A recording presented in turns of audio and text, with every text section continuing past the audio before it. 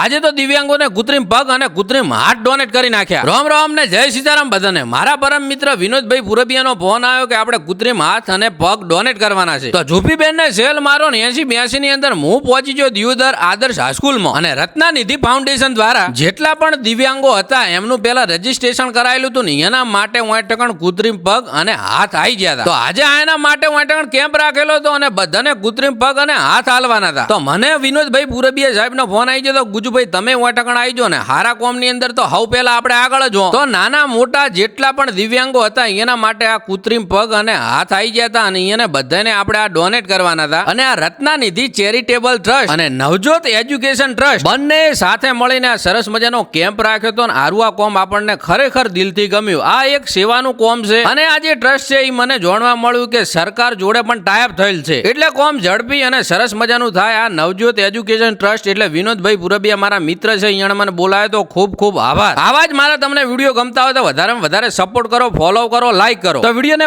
વધારે શેર કરો। જય માતાજી।